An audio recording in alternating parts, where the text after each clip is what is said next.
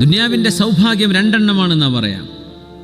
രണ്ട് സൗഭാഗ്യമാണ് ദുനിയാവിലുള്ളത്. ഒന്ന്, അള്ളാഹുവിനെ ഭയപ്പെടുന്ന ഒരു ഭാര്യയെ നമുക്ക് തിരഞ്ഞെടുക്കാൻ പറ്റിയാൽ.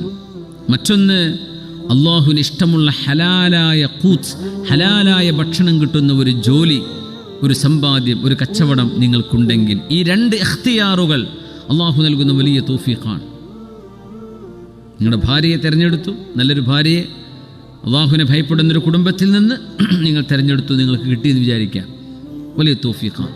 ചിലപ്പോൾ തിരഞ്ഞെടുത്തപ്പോൾ ഉഷാറേന്ന് പിന്നെ മോശമായിപ്പോയി, നിങ്ങൾ കുഴപ്പമില്ല, അതിന് നിങ്ങൾക്ക് കൂലി കിട്ടും ക്ഷമിക്കുന്നതിന്. പുതിയാപ്പിളി അങ്ങനെ തന്നെയാണ്. കല്യാണമൊക്കെ ആലോചിച്ചപ്പോൾ പള്ളിയിൽ നിന്ന് എണീറ്റ് പോരാത്ത ആളാണ്, പിന്നെ നോക്കുമ്പോൾ ഫുള്ള് മയക്കുമരുന്നിൻ്റെ ആളാണ്. പിന്നെ മനസ്സിലായത് എന്താ ചെയ്യുക, നിങ്ങൾ നിങ്ങളുടെ ഡ്യൂട്ടി ചെയ്തിട്ടുണ്ട്, ബാക്കി അലല്ലാഹ്. ഈ രണ്ട് ഇഖ്തിയാറുകൾ നമുക്ക് ശ്രദ്ധിക്കാൻ കഴിഞ്ഞാൽ, അതുകൊണ്ടാണ് മൻ റസഖഹുല്ലാഹു ഇംറഅതൻ സ്വാലിഹതൻ, ഒരു പെണ്ണിനല്ലാഹു, ഒരു മനുഷ്യനല്ലാഹു തആല സ്വാലിഹത്തായ ഒരു ഭാര്യയെ, ഒരു പെണ്ണിനെ നൽകി കഴിഞ്ഞാൽ അവൻ്റെ ദീനിൻ്റെ കഫാഹുല്ലാഹു നിസ്ഫ ദീനി, ദീനിൻ്റെ പകുതി അല്ലാഹു തആല അവന് പൂർത്തിയാക്കി കൊടുത്തു. ഫലിത്തഖില്ലാഹ ഫി നിസ്ഫിൽ ബാഖി, ബാക്കി പകുതി അതേതാണ്? അത് ഭക്ഷണമാണ്, ഖൂത്താണ്. പിന്നെ ശ്രദ്ധിക്കേണ്ടത് ജോലിയാണ്. ചെയ്യുന്ന ജോലി ഹലാലായ ജോലിയായിരിക്കണം, അള്ളാഹുവിന് പൊരുത്തുള്ള കച്ചവടമായിരിക്കണം. ഇത് രണ്ടുമാണ് നോക്കേണ്ടത്. പെണ്ണിനെ കിട്ടിക്കഴിഞ്ഞാൽ പകുതി ശരിയായി, പിന്നെ പകുതി നിങ്ങൾ നോക്കണം. ഇപ്പോൾ ഗൾഫുകാരെ സംബന്ധിച്ചുള്ളത് തന്നെയല്ലേ ഉള്ളൂ.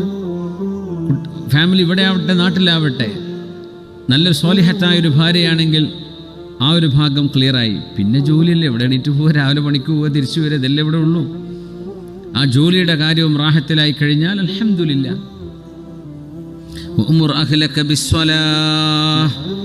അതുകൊണ്ട് നിങ്ങളുടെ വീട്ടുകാരോട് നിസ്കരിക്കാൻ കൽപ്പിക്കണമേ. വസ്തബിർ അലൈഹാ, ആ നിലപാടിൽ ക്ഷമിച്ചു നിൽക്കുകയും വേണമെന്ന്.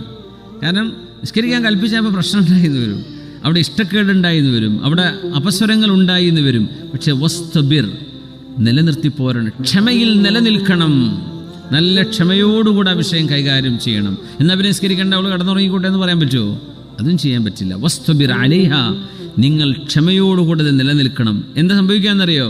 ലാ നസ്അലുക റിസ്ഖൻ, മനുഷ്യ നിന്നോട് എനിക്ക് ഭക്ഷണം വേണം, അള്ളാഹ്ക്ക് ഭക്ഷണം വേണമെന്ന് ഞാൻ പറയുന്നില്ലല്ലോ നിങ്ങളോട്. നിങ്ങൾ എനിക്ക് ഭക്ഷണം തരണമെന്ന് ഞാൻ പറഞ്ഞില്ലല്ലോ.